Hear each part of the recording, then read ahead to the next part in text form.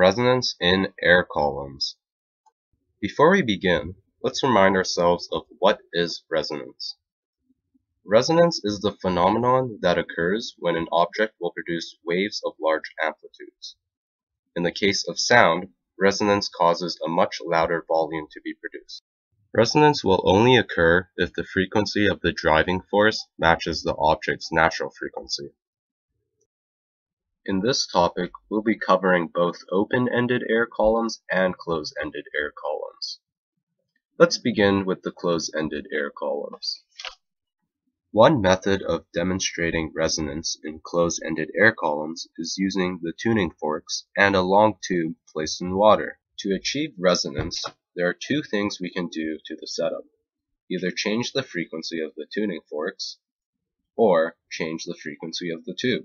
This can be done by adjusting the tube length, or essentially the wavelength of the tube. One important thing to remember: it is not the tube itself that matches the frequency of the tuning forks, but instead it is the air inside of the tube that matches the frequency of the tuning fork. That means that it's actually the air that's resonating with the tuning fork, not the tube itself.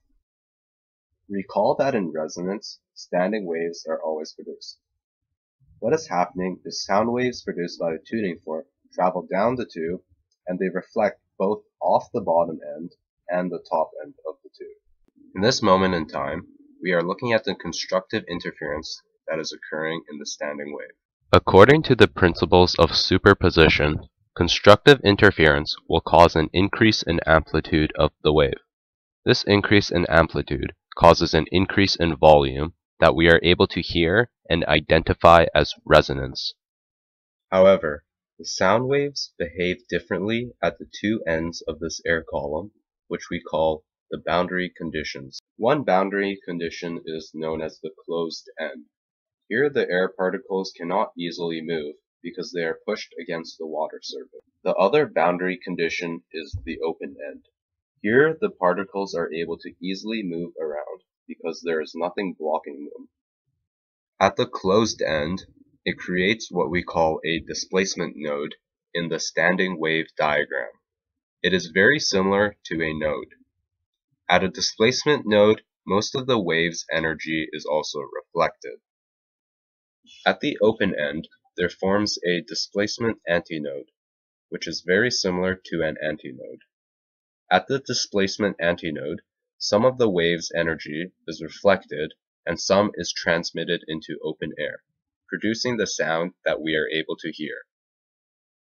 Now, let's draw a standing wave diagram in the fundamental mode for the closed-ended air column. Notice that the displacement node represents a regular node and a displacement antinode represents a regular antinode.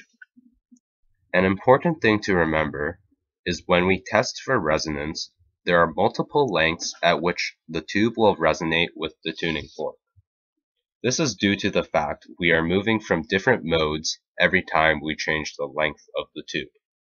Notice at every mode, the wavelength does not change, and as speed remains constant, implies that frequency does not change at all. Now, let's move on to the open-ended air columns. In an open-ended air column, both ends have the same boundary conditions of the open end.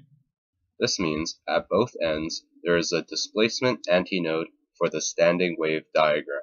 Let's draw our standing wave diagram for an open-ended air column, where both ends have antinodes. Now, let's draw the standing wave diagram for further modes, assuming that the length of the air column does not change. As the mode increases, wavelength becomes shorter. Thus, frequency will also increase along with mode. That's all we have for today. Thank you for listening.